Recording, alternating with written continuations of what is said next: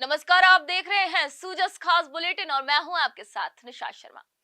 आजकल भागदौड़ भरी जिंदगी में इंसान खुद को तो भूल ही गया है। निरोगी काया के लिए उसके पास वक्त नहीं रहता। लेकिन अब ऐसे लोगों के लिए सूजस समाचार एक ऐसी श्रृंखला लेकर आया है जो न सिर्फ आपकी योग की क्रियाएं सिखाएगा, बल्कि आपको स्वस्थ काया के साथ स्वस्थ मन की भी अनुभूति कराएगा। क्योंकि स्वस्थ शरीर में स्वस्थ मस्तिष्क का निवास होता है। निरोगी राजस्थान के लक्ष्य के चलते राजस्थान की भजनलाल सरकार अब घर बैठे योग सीखने का सभी को मौका दे रही है।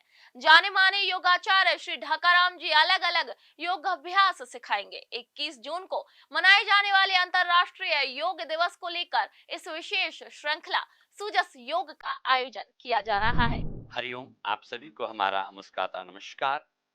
बहुत बहुत आभार हमारे देश के प्रधानमंत्री नरेंद्र मोदी साहब का, जिनके माध्यम से आज योग विश्व में जन जन तक पहुंचा है। इसका यह सबूत है 147 देश एक साथ योग दिवस मना रहे हैं और इस साल का थीम भी है one earth and one health, मतलब एक पृथ्वी एक स्वास्थ्य।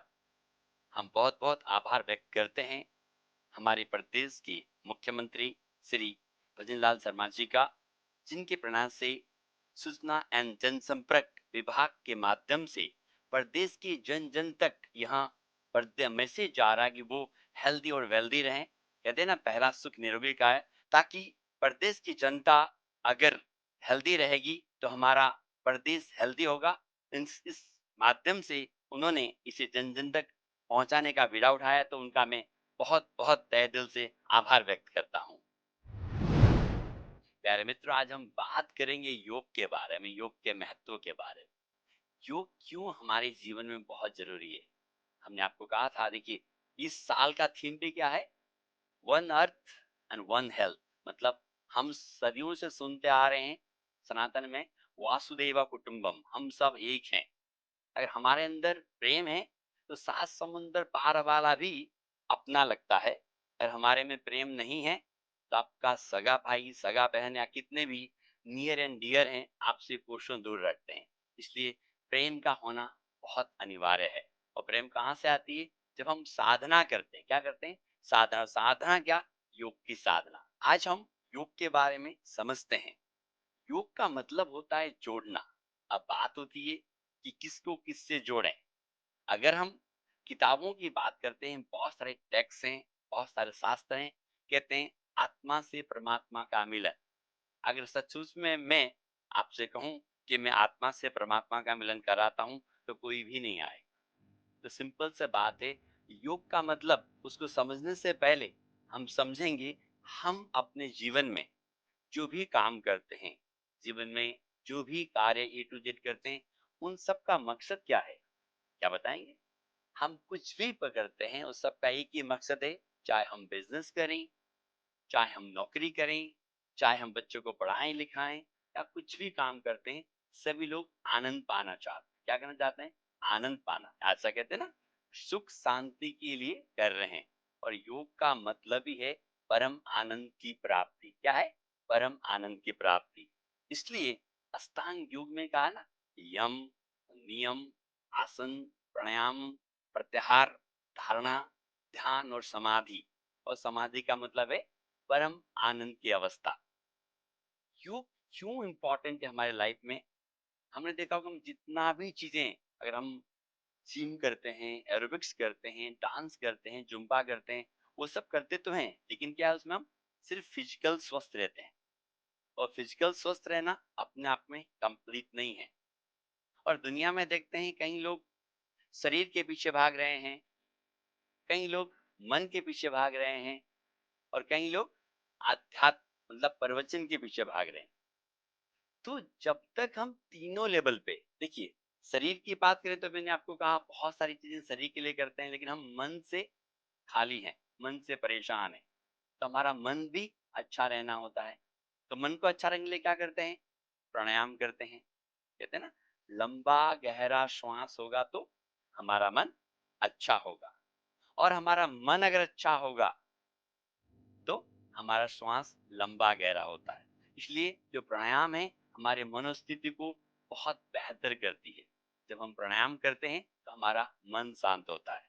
और तीसरा बात है, हम ध्यान। तो कई लोग ध्यान के पीछे हम कहते हैं कि ध्यान से ऐसा होता है, ध्यान से वैसा होता है। लेकिन आप समझिए, अगर मेरे घुटनों में दर्द है प्यारे मित्रों, तो हमारा ध्यान कहाँ जाएगा? मैं कितना भी बोलूंगा कि आप आंखें बंद कर लीजिए, ध्यान कर लीजिए, तो मैं ध्यान नहीं लगा सकता। क्यों? कि मेरे घुटने में दर्द है, तो मेरा ध्यान कहाँ जाएगा? दर्द में जाएगा। इसीलिए तो जब तक हमारे पास होलिस्टिक अप्रोच नहीं हो, तो अच्छा ध्यान करने के लिए भी बेस क्या है हमारा? हमारा शरीर है। इसलिए शास्त्रों में कहा गया है, पहला सुख निरोगी काया। हमारा स्वास्थ्य अच्छा होगा तो बाकी चीजें भी बहुत खूबसूरत होंगी। योग में इसलिए बहुत सारी चीजें हमारे शरीर को स्वस्थ रखने के लिए आसन हैं, क्रियाएं हैं, और हमारे शरीर को स्वस्थ, बलिष्ठ और बलवान बनाती है। उसी तरह मन के लिए प्राणायाम, ताकि हम जब प्राणायाम करते हैं तो हमारा मन शांत होता है। और हम क्या बोलते हैं? तन मन, तीसरा क्या है? धन। अरे नहीं नहीं, धन नहीं है, तीसरा है आत्मा। आत्मा के शुद्धिकरण के लिए ध्यान। जब तीनों को हम कंबाइन करते हैं तो हम एक होलिस्टिक होलिस्टिक अप्रोच रखते हैं। क्या करते हैं? Holistic approach. और उसके लिए योग से बड़ा दुनिया में कुछ भी नहीं है। शायद इसी चीजों को ध्यान में रखते हुए नरेंद्र मोदी साहब, जो हमारे देश के प्रधानमंत्री, उन्होंने कहा, one earth and one health. तो हेल्थ का जरूरी होना बहुत अच्छा है। तो आने वाले समय में हम अपने शरीर को कैसे स्वस्थ रखें, हमारे मन को कैसे स्वस्थ रखें, और किस प्रकार से ध्यान लगाया, इस तरह का सीरीज हम चालू कर रहे हैं, जिसमें हम हर रोज एक नए आसन के बारे में, ताकि हमारा स्वास्थ्य अच्छा हो, और हम प्राणायाम के बारे में और हम ध्यान के बारे में चर्चा करने वाले हैं। तो प्यारे मित्रों, हमसे बने रहिएगा आने वाले एपिसोड में। आप सभी का बहुत बहुत आभार। आप सब खुश रहें, मस्त रहें और आनंदित रहें।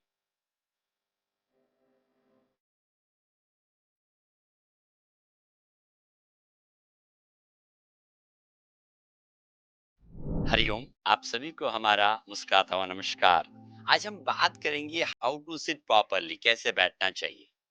आप कहेंगे बैठना कैसे चाहिए, तुम बचपन से बैठते आए है ना, जो भी आपका उम्र है, कहेंगे कि ये कोई बात है बैठना कैसे चाहिए। हम मोस्टली किस प्रकार से बैठते हैं? आपने देखा हो, जब भी हम बैठते हैं इस प्रकार से बैठते हैं। आप देख लीजिए कैसे बैठते हैं, ये ऐसे बैठते हैं, है ना। कमर हमारी नीचे जाती है, चेस्ट ऐसा होता है। तो अब देखिए क्या हुआ, मेरा पेट आगे आ गया, है ना, और छाती पिचक गया। एक्चुअली बैठना कैसा है? इस प्रकार से छाती तान के बैठना चाहिए। कहते हैं ना, गर्भ से छाती फुला हुआ रहना चाहिए।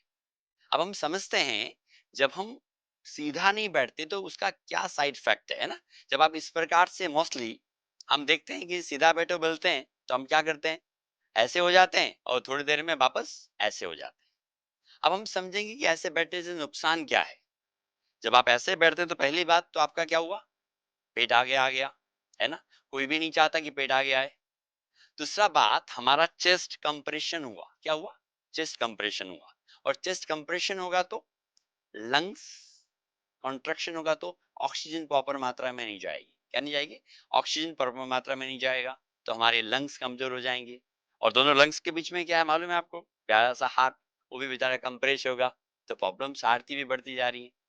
अगर प्यारे मित्रों, हमारा बैठने का तरीका अगर सही होगा, तो पेट अंदर रहता है, छाती फूल जाता है। और सबसे बड़ी बात, आप बैठे हैं, आप देखिए, आपके नितंबों में समान वजन है क्या? आप बैठ के देखिए, जब आप पृथ्वी पर, जमीन पर बैठते हैं, तो क्या दोनों बटक्स में समान वजन है क्या? आप देख सकते हैं। और आप ध्यान से देखेंगे तो किसी के दाहिने बटक्स में ज्यादा वजन होता है, किसी के बाएं बटक्स में ज्यादा वजन होता है। और आप शरीर के भार को महसूस करेंगे। आप मानिए, जब आप फोर व्हीलर कार चलाते हैं, एक टायर नीचे, तीन टायर ऊपर होगा, तो आप चला पाएंगे क्या? मेरे ख्याल से नहीं। क्या बोलते हैं? गाड़ी का अलाइनमेंट बिगड़ गया। और गाड़ी का अलाइनमेंट बिगड़ेगा तो क्या चांसेस होते हैं मालूम है ना? गाड़ी खर्चा ज्यादा मांगती है, मतलब हमारा शरीर भी खर्चा ज्यादा मांगेगा। और दूसरा बात, एक्सीडेंट के चांसेस ज्यादा रहते हैं, मतलब एक्सीडेंट हो सकता है कभी भी। तो जब हम इस प्रकार से बैठते हैं, तो अभी हम छोटा सा एक आजमाएंगे। जब हम बैठे हैं, अभी आप देख सकते हैं इक्वल वेट नहीं है। अब बात है, इसको इक्वल कैसे करें, कैसे अलाइन हो। उसके लिए अगर मैं राइट बटक्स का स्किन, देखिए ये जो राइट बटक्स का उसका स्किन राइट साइड से बाहर की तरफ खींच दूंगा इस प्रकार से, और बाएं तरफ का बाएं तरफ से खींच दूंगा, और आप बैठ के देखें क्या डिफरेंस आता है। उधर इक्वल वेट होता है। क्या होता है? Equal weight. इक्वल वेट होगा तो आप ज्यादा देर तक आराम से बैठ पाते हैं, पहली बात। और दूसरी बात, जब आप बैठेंगे तो थकान नहीं होगा। और तीसरी बात, जब हम इधर ध्यान देते हैं तो हमारा ये पार्ट्स अपने आप अंदर की तरफ जाता है।